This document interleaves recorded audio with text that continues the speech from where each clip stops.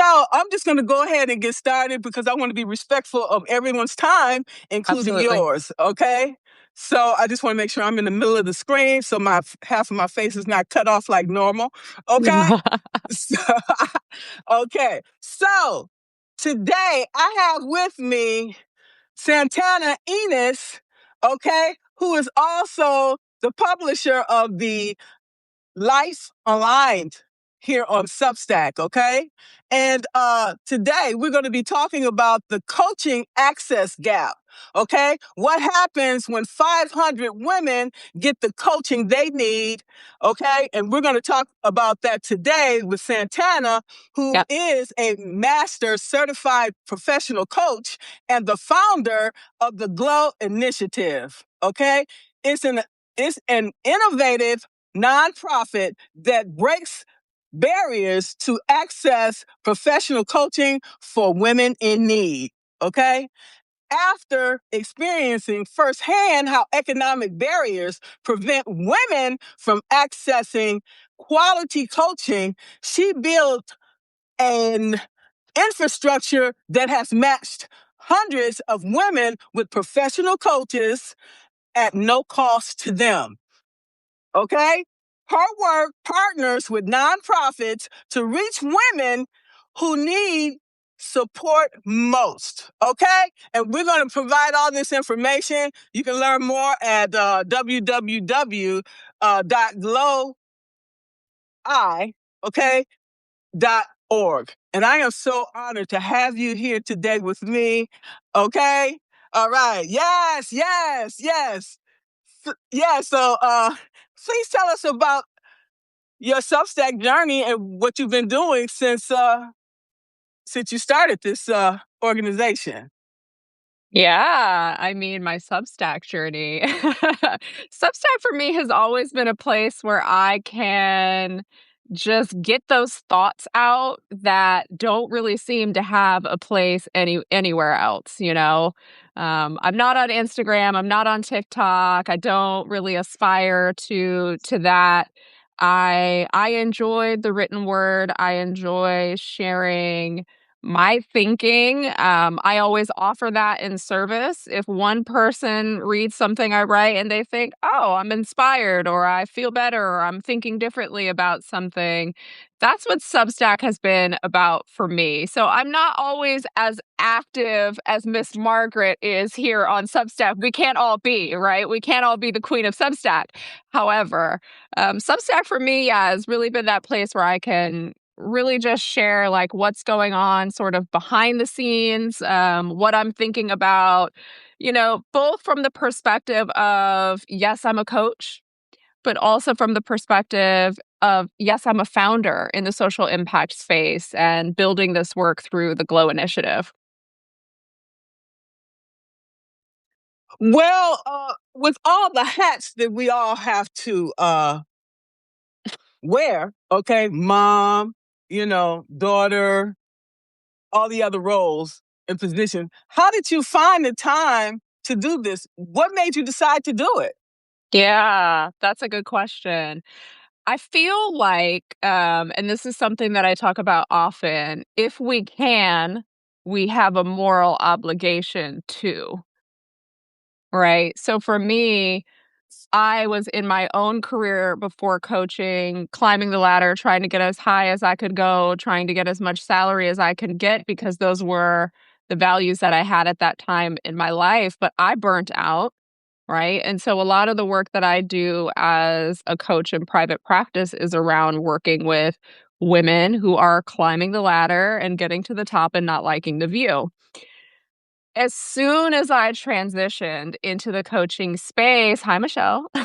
As soon as I transitioned into the coaching space, you know, my background was in digital strategy in my career. And so that is that's a job that is about puzzles, it's about systems, it's about finding the holes and, you know, building the right solves that work for the people who need those tools. And so coming into the coaching space, I was only officially a coach, right? Finished my certifications, et cetera, for 6 months before I started the Glow Initiative because I just kept seeing the holes and they were pissing me off, and I wanted to do something about it. And so, I was working with women who were management consultants or, working in the nonprofit sector or working in agency communications. And even with jobs paying 90 plus $1,000 a year, they were not being offered coaching at their jobs.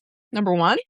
Number two, who has a spare extra couple $100 a week to spend on coaching in this economy? So it's not even just that when I say women in need, we're talking about, some of the more obvious forms of need, like you might think of, receiving government assistance type level of need or experiencing houselessness as a type of need.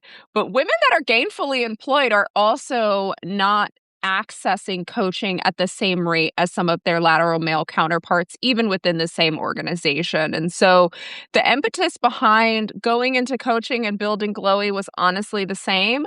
I wanted to be able to have an impact in women's lives, in women's careers, in women's financial and personal well-being, beyond what I was able to have as a leader managing teams. And so Glowi came out of this moment of frustration on Women's Day. I'd been a coach for 6 months. I was seeing how difficult it was, not only for women to access coaching, but also for coaches who predominantly are women to build enough business to sustain themselves. And so I offered coaching for free for Women's Day. I put up a little post on LinkedIn. I'll never forget it.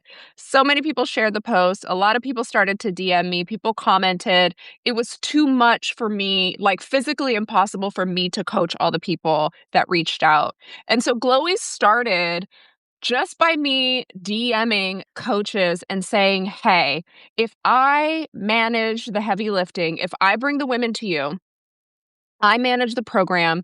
Will you just show up and coach these women? Will you just donate some of your time, some of your expertise? You don't have to give me a single dollar. Just show up and do what you do best. Up to the level of your comfort, right? You tell me how much you want to engage, and I will bring that amount of women, that number of women to you.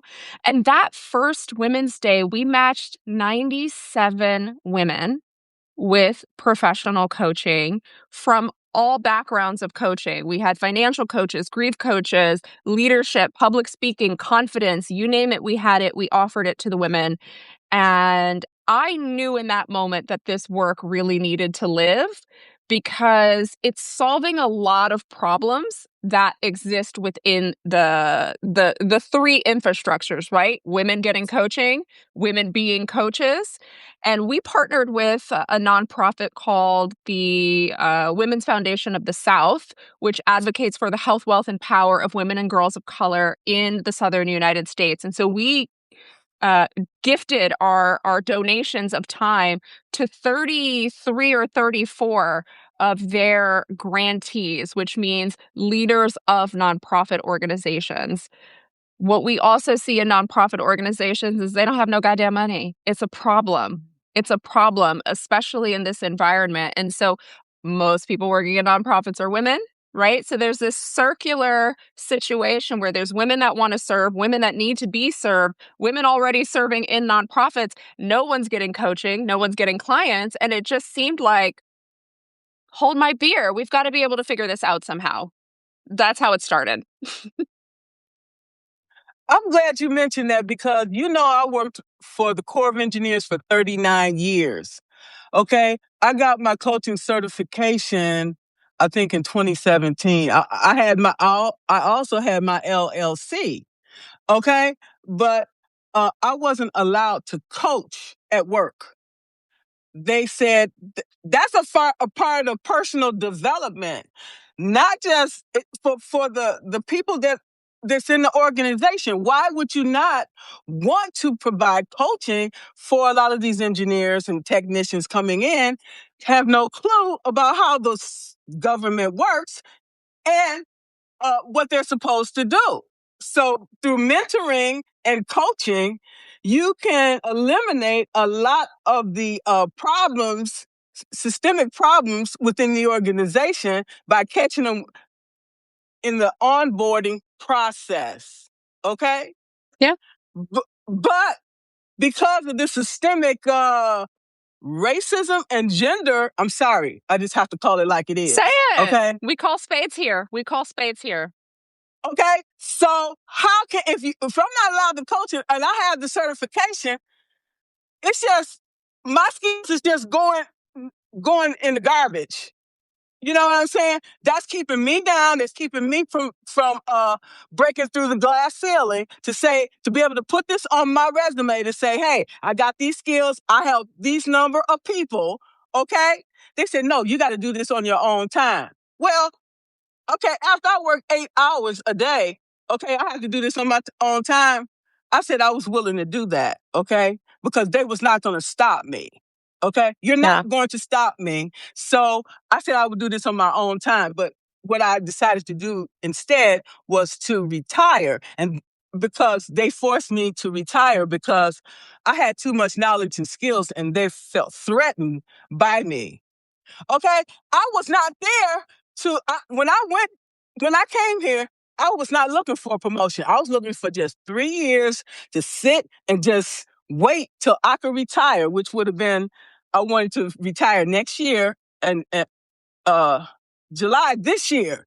Okay, I would have had 40 years of service, but Yeah. they forced my hand and coming up with all this information against me, so I had to retire. Okay, so which was good because I hated that job anyway. Honestly, it just said okay, cool, because I'm hating this job anyway, just repetitive tasks over and over again. Where now I'm able to do a multitude of things. Okay, not just coaching, mentoring. We can also do advising, consulting. Okay, these jobs they limit our ability to to to to to have greater things in life. Okay? Yeah. So once we realize that people are stopping us, keeping us small, and keeping us down here, we get rid of that job, and that opens up so many doors to do things like what you're doing. Yeah. Yeah. Yeah. Thank you for sharing that. I mean, I think that's such a powerful testament to uh, a lot of the change that we're seeing in terms of how people are thinking about work, right? Like back in the day, I think, immediately post World War II, this sort of like nuclear family, 2.5 kids, two-car garage, this kind of thing. Back in that era, you could work one job until you died and have everything that you needed and all your retirement and all of those things. And that's just not true. I mean, today in the media is Jack Dorsey's company just laid off 50% of its workforce or something insane like this.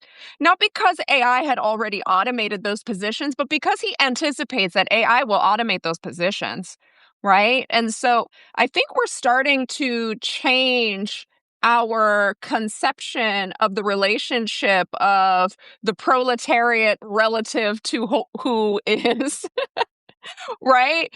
Who is in power? Your publication is called The Empowered Leader. And I think I would guess part of that is because that question of who is in power, well, you're in power, right? I am empowered. And because I saw a problem and no one fixing it, and I thought I could fix it, I said, let me take a swing. And I think that, that goes back to when you can, you should. Not everybody's going to get your mission. Not, and especially when you say, hey, I want more. I am bored. I am underutilized. I have more skills. I have more curiosities. I want to grow in this role. A lot of times I think, and especially for women and especially for women of color, the reaction to that, right? There's a glass ceiling and a glass cliff. And a lot of folks get pushed out because whatever it is, it's intimidation or it's, you're making too many waves or you're a bad influence on the other employees who now are following, maybe they're a little less in line than they would have been. And, I could say, just looking back on my career, some of those through lines were there as well. There's a box that you should be in, and some people are encouraged to be outside of that box, think outside of that box, but it's usually not the women, and it's often not the brown people. So, being my own right, my own keeper, my own boss, if I can say that, is one of the most empowered things, because I get to choose how I show up, when I show up, what what is the KPI, right? What is the key performance indicator of my work? And for me, that's impact. It doesn't have to be scaling for scale's sake. It doesn't have to be the bottom line to the shareholders. I don't need to lay off 50% of my workforce. I am the sole employee, so give you that caveat. However, right? Because I'm not trying to um extract. And I think Mm. that non-extractive as an ethos is something that really guides my work with the Glow Initiative. It has to be non-extractive. It has to be circular. The women need to benefit. The nonprofits need to benefit. They need to pay in enough that Glowy can sustain itself. And the coaches can get a little bit of cash. They can get a stipend that's meaningful, or they can donate their time for free, but never more than they have to spare. There's no I, pressure for coaches to show up and give more than they have. Give less, fam. Give less over time so that you can keep showing up in the work and having the impact. So the ethos of one of the core tenets of Glowy is a non-extractive, circular way of interbeing at all points of the chain. I truly love that, because this is nothing against men, because women are the backbone of the family and of the country. So if we don't succeed, no one succeeds. Okay?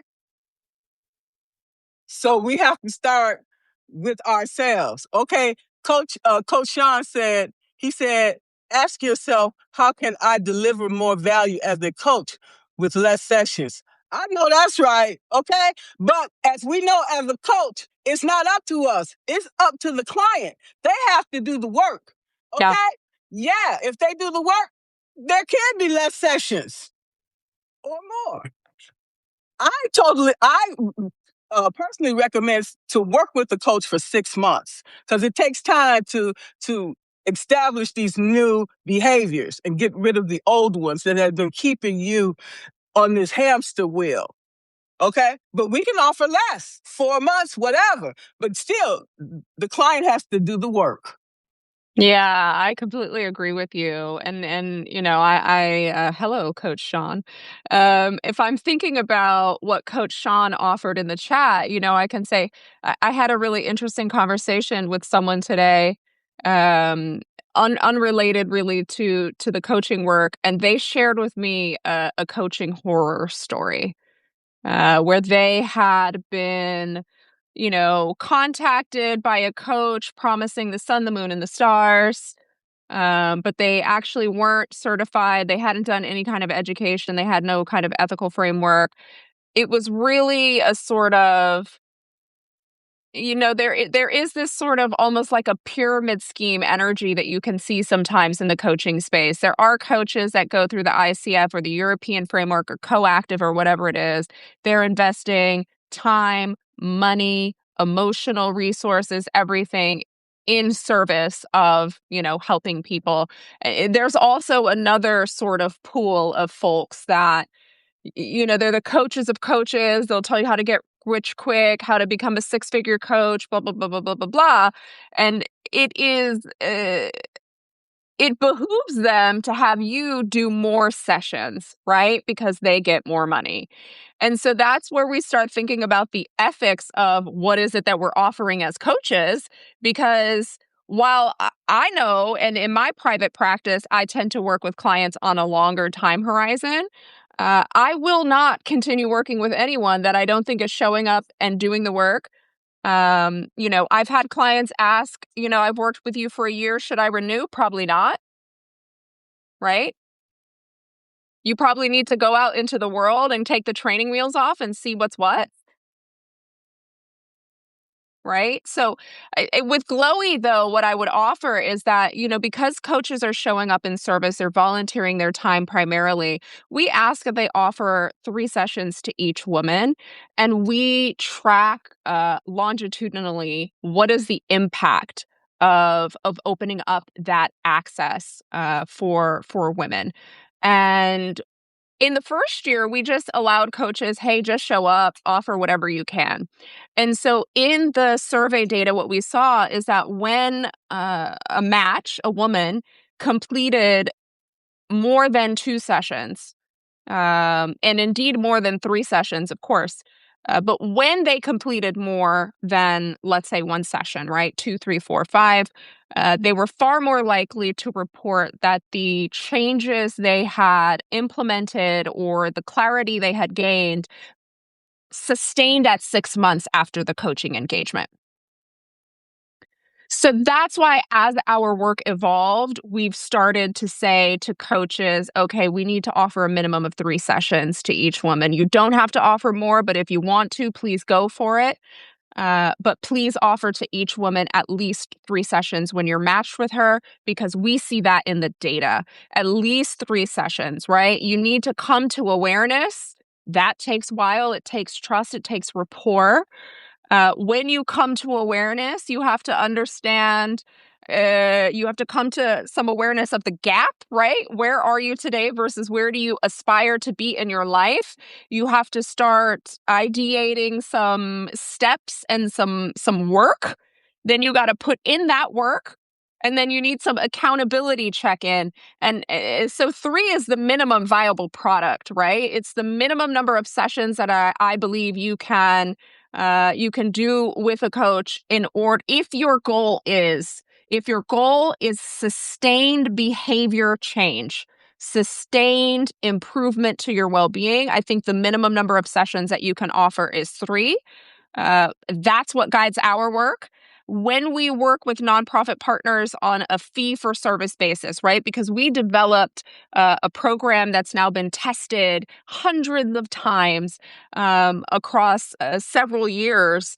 So we can bring this to nonprofits that have the budget, and we offer the coaching program to their staff or constituents at up to 75% below the market cost, right? Because my KPI is impact. My KPI is not profit. So that is how I was able to build that in. And it's in the bylaws of how the company is organized, that profit has to precede, that impact has to precede any sort of financial upside.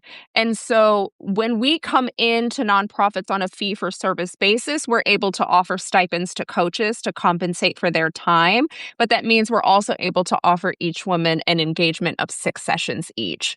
And that is where some of the really amazing stuff happens. But we're seeing incredible impact results in our longitudinal analysis, even with offering 3 sessions.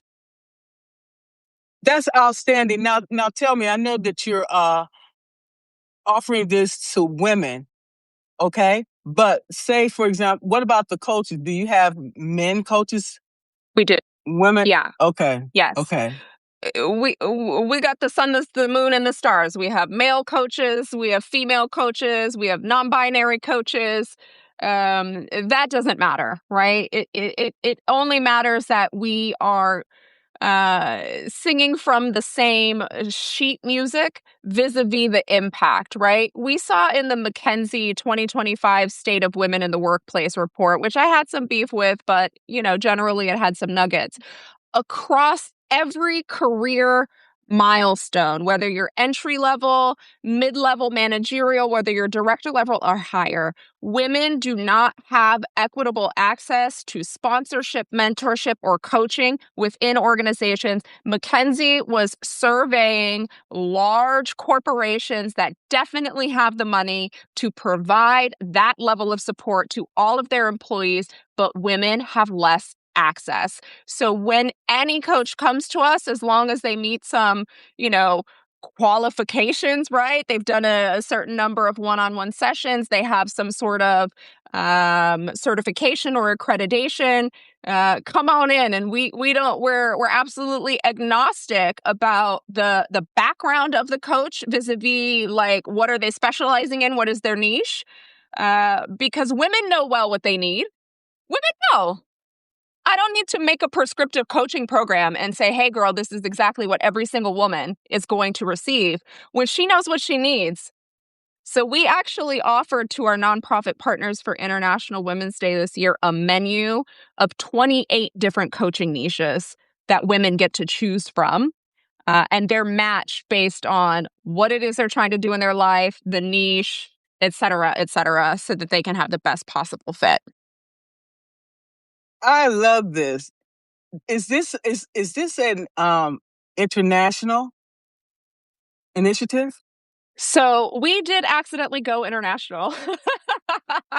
Congratulations. Thank you. Thank you. We're primarily focused on the United States. That's where our nonprofit partnerships primarily are. Not always are, but primarily are.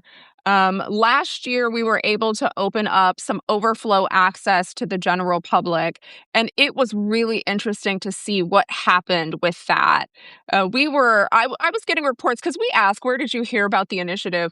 I was hearing that women were sharing it in WhatsApp communities for, African women in tech, Latinas in tech, or these types of little pockets, and it spread around the world. So in 2025, Glowi matched women in 17 time zones and across 5 continents with coaching access. This year we have we are international this year as well, again, although we do primarily focus on the United States. Why do I focus on the United States?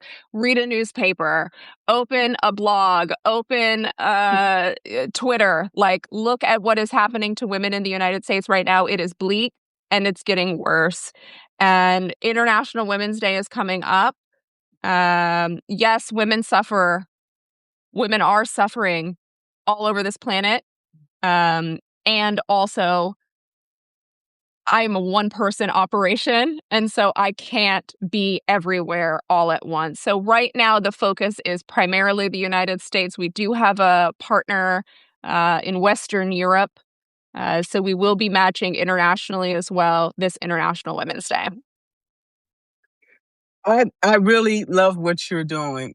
You said we are not Mother Teresa, so we have to help the people that we can help. Now, there are men here. Is there some type of initiative for men? Just out of curiosity. Not that I'm aware of, but I don't know all the landscape. My feeling on that is this is kind of what I tell everyone, especially when we're looking at the world just sort of writ large. It's on fire, literally in some cases and figuratively in most cases, right? The amount of fatigue, spiritual fatigue, emotional fatigue, compassion fatigue, empathy fatigue that we're all experiencing right now, we're burnt out. The planet, I think, as a species right now, there's just too much going on for us to have our hand in every single issue. So what I often advise people, if they say, well, I want to make a difference, how can I do that? Find what sets your heart on fire and show up big where you can show up. You don't have to show up everywhere. And so for me, I love men. I think they're the coolest, right? I think Yeah. they're struggling, and I think that they have some organizing to do. And I would highly encourage someone who says, you know what men are going through right now, I am tired of this and I need to make a difference, and I'm going to try, because that's what I did. And if I can do it, you can do it. I'm just one person, and next week I'm going to match the 500th woman with coaching access at no cost to her. in 2 years. That's what I could do by myself when I decided, fuck this shit. I'm tired of it. I'm tired of seeing this.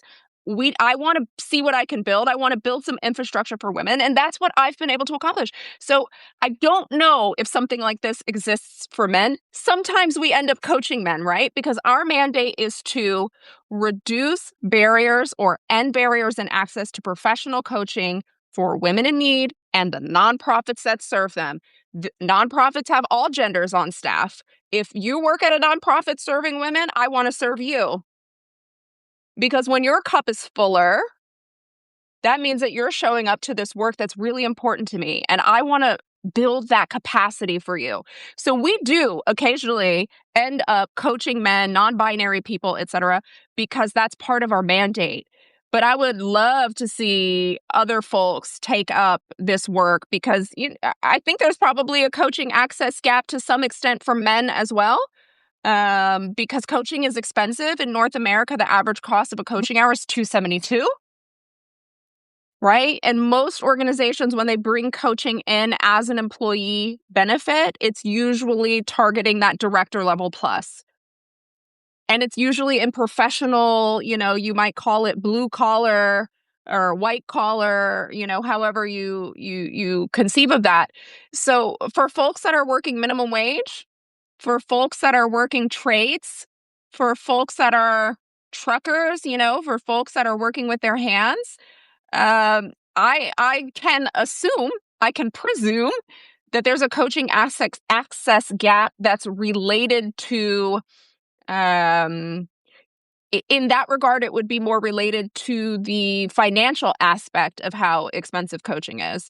So I would encourage anyone, if you're listening, you hear my voice now or later, and you think, man, there's really some group of people that I feel really, really passionate about helping, go do that and do not judge yourself. There's a lot of shaming that goes on. You think about celebrities. They want the celebrity to say something, but then don't say too much because you're performing. They want the celebrity to give their money, but then don't give too much because you're performing. The fella from the show about the scientists, I forget the show. It's a sitcom. It's not online. It's not on air anymore. But he became really, really, really fucking rich doing that sitcom. He was earning $1 million an episode, and this was in the media. You can look it up. He recently revealed that something that he likes to do, a way that he likes to give back, is he likes to go on GoFundMe and find random families that are like, you know what, we're Big Bang Theory. Thank you, Brandon. Big Bang Theory. He likes to go on GoFundMe and find random people who are having trouble making ends meet and pay their fundraiser completely. People that can't pay their bills, people that lost their job, can't pay their mortgage, can't pay their medical bills.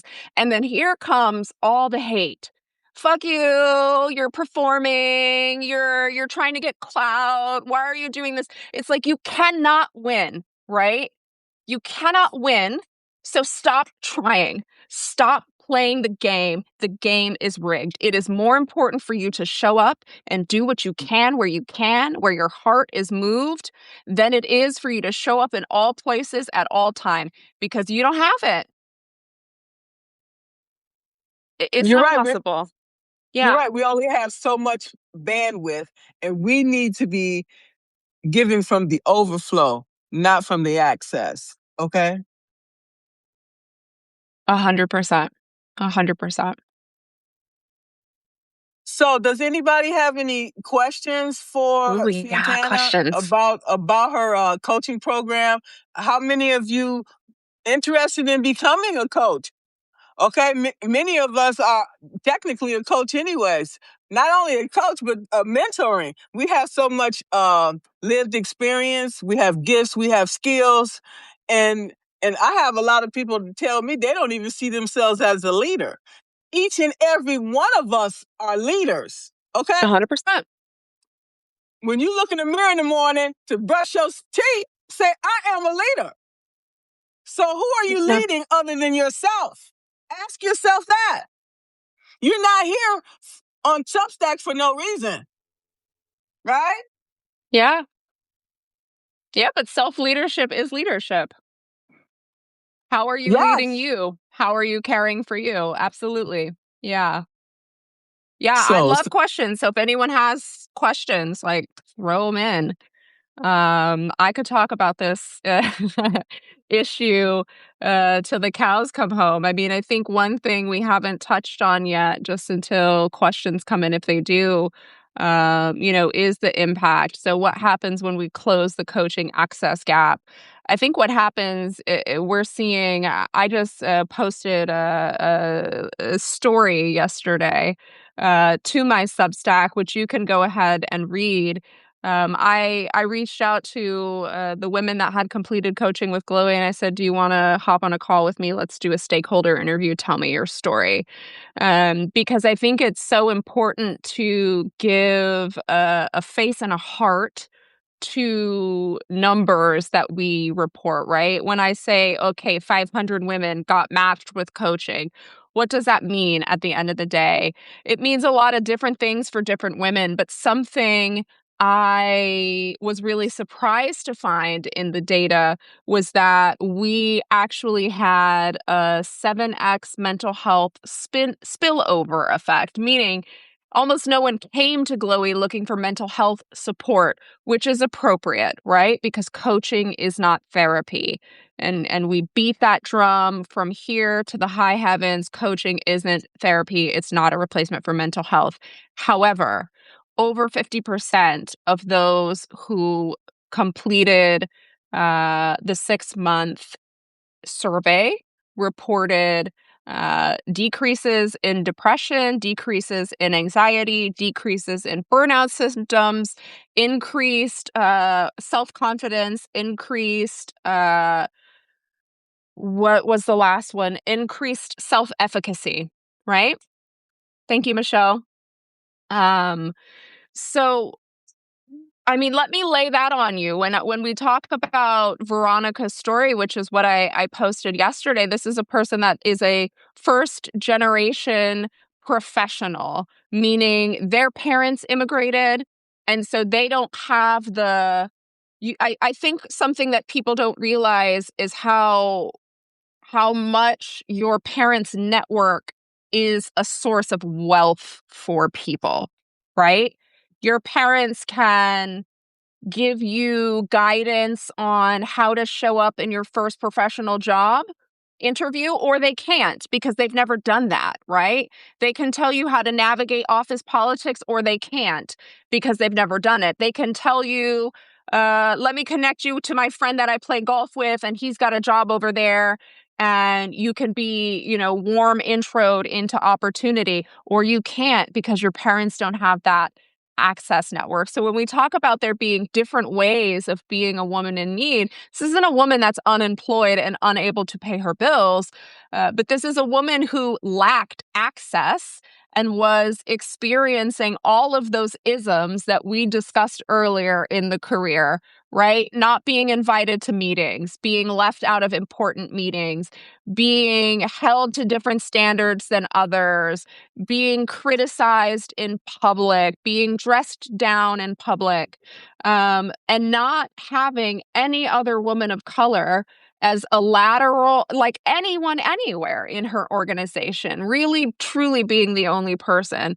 And so, what was really incredible for me to hear in her story is that when she showed up to engage with coaching, first of all, she was afraid because coaching sounded like something for other people. She kept saying that. It didn't sound like it was for me, right? We internalize, I think, as women, and particularly at times as people of color, by osmosis, some of the cultural bullshit that's around us. And so we might internalize, well, coaching's for those other people over there, but it's not for people like me. Says who? Right? And so in Veronica's case, she overcame something that felt for her very, very scary to let someone in and to share her story with someone. But the outcome for her, she was one of the 50+% that reported mental health improvements. And one of the quotes, you can read the piece, she said that for her, what she learned is that coaching was not necessarily about what it could do for your career, but what it could do for your personal life, and that what you could then go accomplish in your career because your personal life is now on point. Your mental health game is stronger. You have more tools. You have greater resilience. You feel more confident. You feel more validated internally. You can offer that to yourself. These were some of the things that she shared. And so when you think about the impact that something like that on someone's life, this is impact that I call trajectory altering. It's like when the white cue ball hits all the colored cue balls and they go all in different directions. Life is a game of cosmic billiards. And when something like this opportunity hits your cue ball, it sends it in a new direction. And that's going to have impact not only for every person around her and all of her direct reports, but also for her children, for her spouse, as she's showing up better resourced, for her community as she engages with her community. And that's why, for me, I am so fired up to invest in women for International Women's Day and beyond, because we know in data that when women are invested in, seen, safe, whole, and well, they do not hoard that. They sprinkle that out around for the benefit of all society. What we're talking about is a domino effect. Okay? And that is very, very important. That's why I believe in coaching. I have had to deal with abuse my entire life. Okay. I was ostracized by my family. I was also the black sheep. So I did have a lot of persisting mental health issues. Yeah. But once you recognize it, we have to do the internal work. I don't care if you do have go to a therapist. You still have to do the internal work, because that therapist cannot do that for you. You can sit there and talk to her all day long, but if you don't sit there and recognize your triggers and your patterns, and you do the shadow work that you need to do, nobody can help you. Therapist, coach, nobody. So we have to do work on ourselves internally, right? Yeah. Yeah. Yeah, and I thank you for offering that. I think it's really important, especially because we saw this mental health spillover effect. I'm really curious about that. I'm applying for some funding specifically around research to study this phenomenon, because coaching isn't therapy, but it can be therapeutic. And I really want to know why. Is it because Glowi tends to work with populations that aren't really choosing between therapy and coaching? They're choosing coaching or nothing, right? Is it because coaching is action oriented, right? Not everyone requires clinical diagnosis or clinical mental health support. Many people do, and that's okay. And I want you to go get what you need, okay? Go get what you need to be well. But if that's not what you need, coaching can be very therapeutic as it holds a mirror up to you. But this is just the data that's come out of what we're seeing with the women, with the 323 women that have been matched through Glowy so far. Next week we'll cross 500 and we'll learn more. We are a learning organization. We will learn more from the women that come through our doors, so that we can better hone what we're offering and how we show up in service. But I mean, this could be revolutionary, because I don't know of all the coaches that are on, if you've ever Googled or tried to find peer reviewed research about coaching efficacy. It is sparse. There's not a lot. Number one. Number two, when you find it, you tend to find it from the lens, and I'll go off here, because I always tell my clients, I am not the coach for you if you're looking for how to do capitalism better. I'm not the coach for you, right? So when you find peer-reviewed research about the coaching space and the efficacy of coaching, it's that capitalism coaching. It's coaching from the lens of, should we offer coaching? Does it improve our profits? Does it reduce attrition for our company? Does it make employees easier to work with for our company? It's kind of from that lens of, how does coaching benefit corporations? And I am curious about how coaching, yes, how it affects women, but how does coaching affect humanity? And so I aspire at some future point to be able to contribute to the literature around the efficacy of coaching. We're not there yet. We need to get some funding in before we can really go down that rabbit hole. But I think it's an important stone to turn over, because imagine, a lot of folks have stigma against seeking mental health support. Certainly, there's financial and healthcare related barriers in access. A lot of the barriers to coaching are lower. This can get a little, you can get into territory where you might have some inexperienced or unethical coaches potentially doing harm. But when you have strong, experienced coaches that are grounded in an ethical framework, I think all of my clients that, fill out my post coaching survey, I'm talking about in my private practice, they're also all reporting increases in their sensation of mental well being. I think that just happens when someone listens to you and sees you without judging you, right? That is a very rare gift in these days and ages. And so I'm really curious to see what we can add to this literature, or what we can learn, and how we can continue showing up to support women. There's some comments here that I would like to. Yeah, let's go for it. Yes. Joe says she has a grad, not PhD, degree in psychology, existentialism. I'm sorry. Existentialism. Yeah.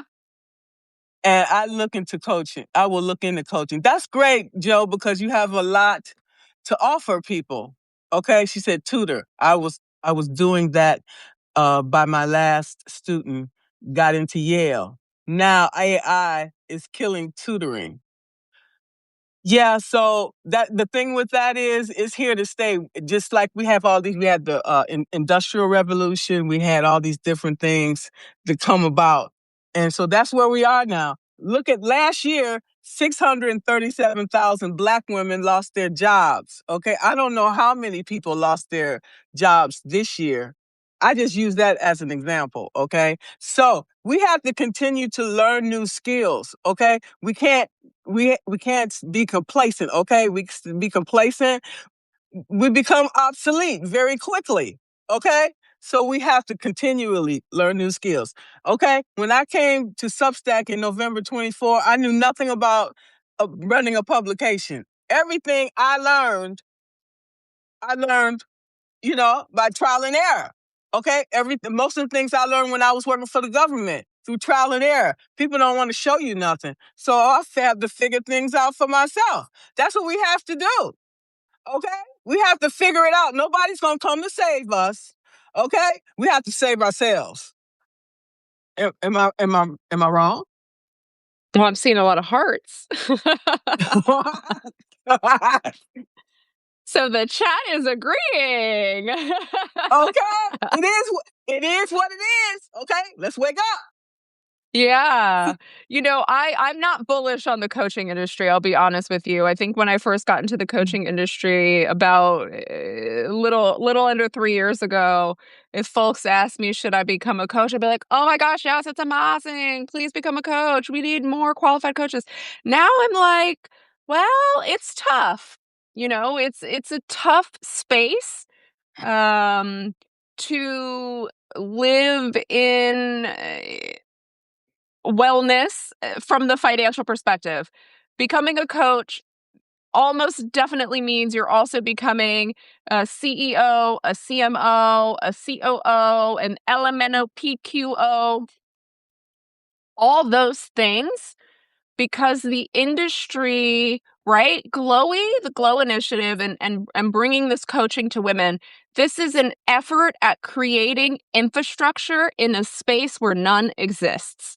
There is not a lot of infrastructure in the coaching industry. And so if you are a person that needs structure, it is maybe not the career path for you because there is almost no structure.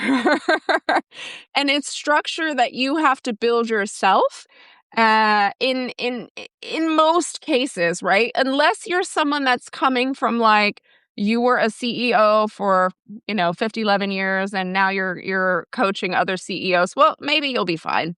But I think for a lot of folks, it is a really rough industry to get started in. And something that I certainly see with the coach volunteers, because I'm always asking them, it's about 50-50. The volunteers this year we have, I think we have 61 in the roster for the event this year. And about 50% of them said receiving a stipend would be something that would support their financial well-being. So that means 50% are like, nah, fam, I'm good. I'm just here in service. And the other 50% is like, well, actually, I could use, right? And so I think that just goes to show it's not, if you get in one of those rabbit holes on the internet where you start getting ads from coaches of coaches telling you how to become a six-figure coach and all you need is an ebook and a pipeline, I'm just going to tell you from the inside, it's not, you need a lot more than an ebook.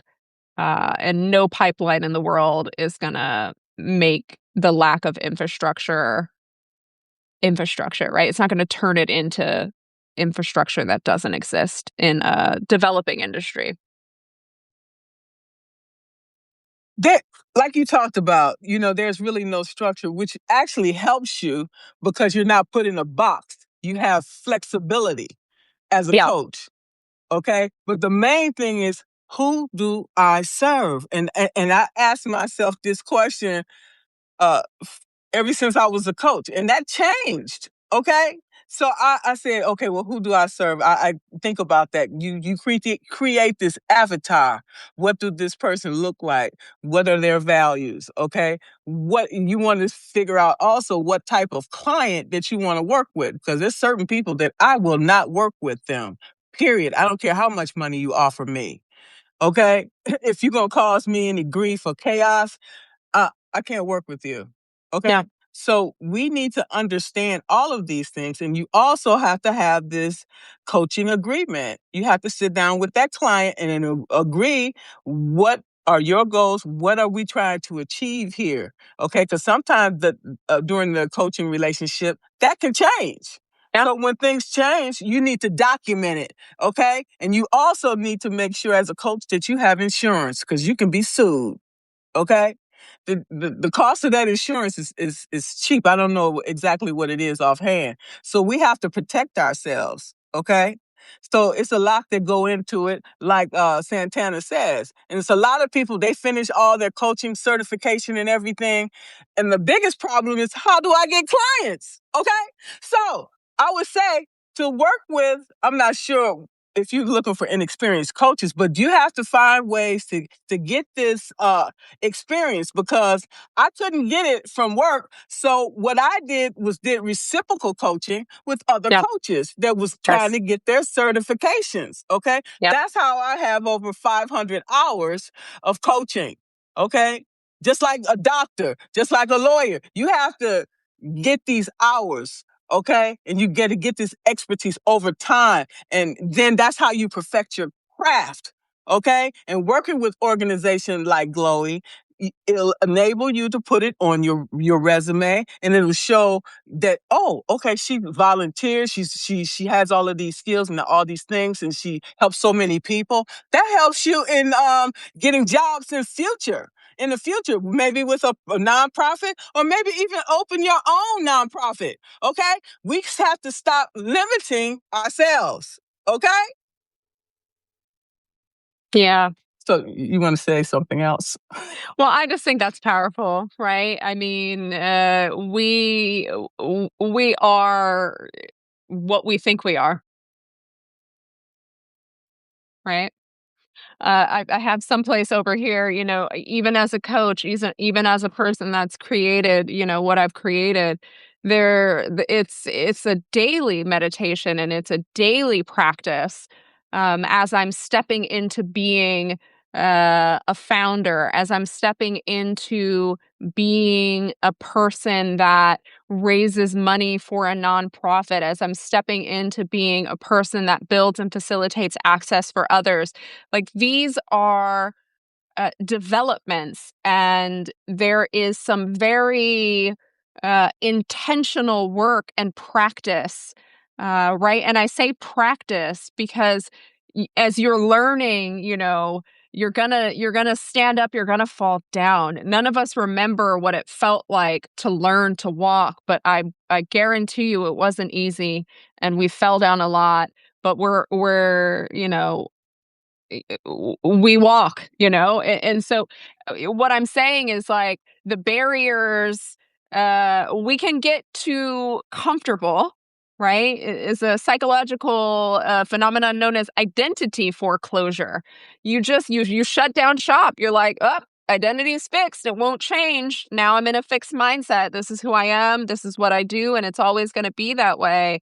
And that's absolutely not true, right? That's absolutely not true. So even for me, and I'm sure even for you, Margaret, there's an intentional practice to showing up and meeting the work and showing up and meeting yourself, to meeting a future version of yourself that you're not yet, right? And being in meditation with that version of you that doesn't exist yet on your way to her, because we all grow and change. The real hack, I think, is when you realize you have control over a lot of that process. I gave an example the other day of how I manipulated myself into believing that I'm a person that goes to the gym.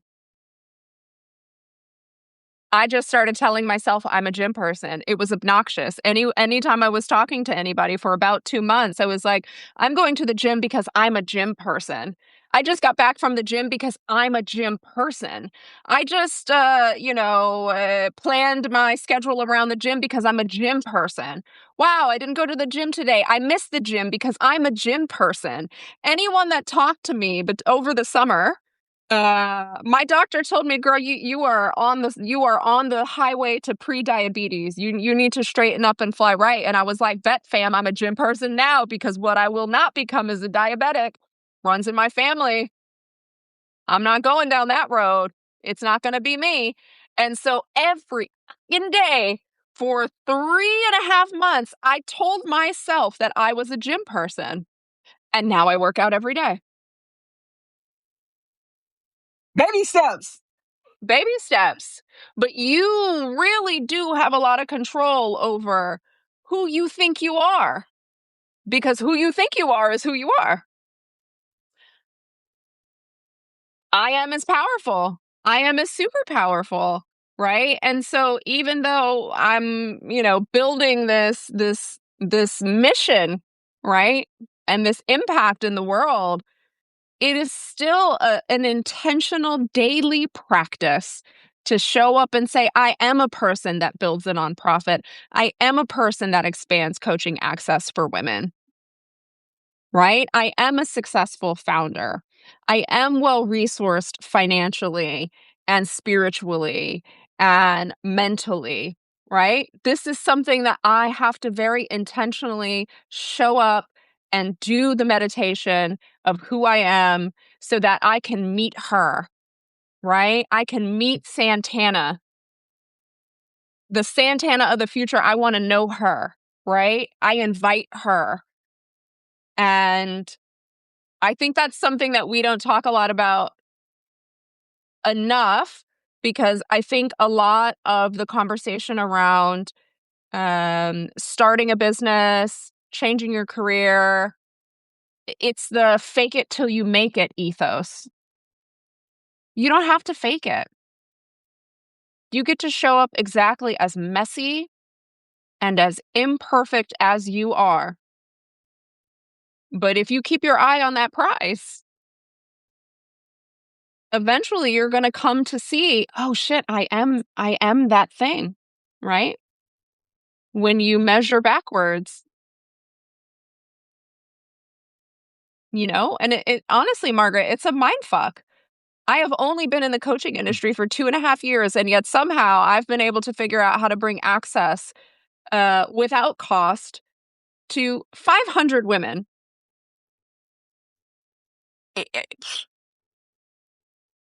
If you asked me 3 years ago if I thought I would do that, I was, you're crazy. But every day I show up and I say, this is who I am. So this is an example of why we should never give up on our dreams. And when it's the most hardest is when you have to hold on because success is on the other side of there. Indeed it is. And don't you forget it, okay? You guys stay encouraged, okay? You have everything you need to be successful. You are enough, okay? And coaching, mentoring does work.